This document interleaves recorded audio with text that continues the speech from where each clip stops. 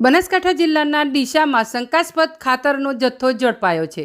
ડીસા આખોલ 4 રસ્તા Bhildi highway road ઉપરથી Deesa rural police દ્વારા બાતમીના આધારે ગોડાઉનમાં રેડ કરતા શંકાસ્પદ ખાતરનો જથ્થો ઝડપી પાડ્યો છે।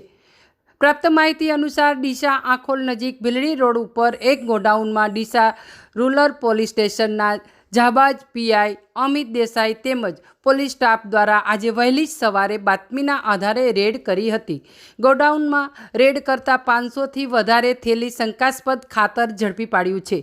ગોડાઉનમાંથી ભીસ્મા નામનું એમોનિયમ સલ્ફેટ ખાતર ઝડપાયું।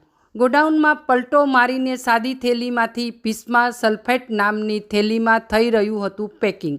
ખેડૂતો સાથે થઈ રહી હતી છેતરપિંડી। ડીસા પોલીસ દ્વારા એક ટ્રક પણ કબજે કરવામાં આવી હતી। શું આ સરકાર માન્ય ભીસ્મા સલ્ફેટ બની રહ્યું હતું કે પછી ડુપ્લિકેટ બની રહ્યું હતું તે ડીસા તાલુકા પોલીસ આગળની તપાસ ચલાવી રહી છે।